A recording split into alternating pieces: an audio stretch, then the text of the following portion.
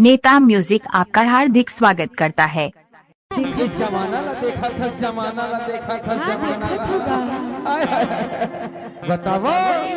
अच्छा तहा कौन से सिम चला था? अरे मैं तो जियो की सिम चला था। अरे जियो की सिम चला था। वाह वाह वाह, अरे बाबू चला था। वो चला था। बताओ बताओ बताना एहे हाय, जियो के मोबाइल ज्यादा टावर पकड़ा थे और आजकल के टूरी फटा जींस पहना थे। सही कही था वही, जियो के मोबाइल ज्यादा टावर पकड़ा थे और आजकल के टूरी फटा जींस पहना थे। और कैसे अरे इसे टकराम जलेश म्यूजिक।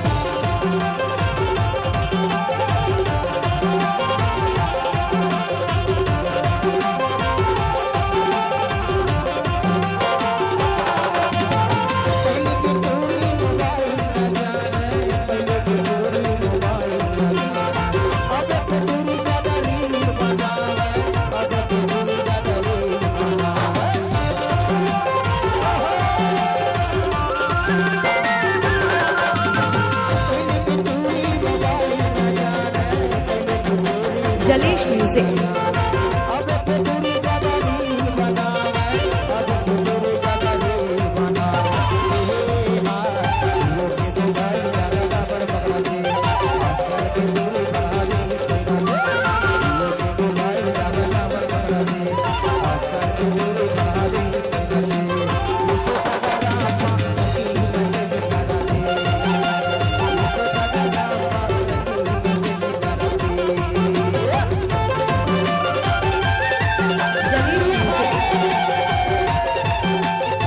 नेता म्यूजिक आपका हार्दिक स्वागत करता है।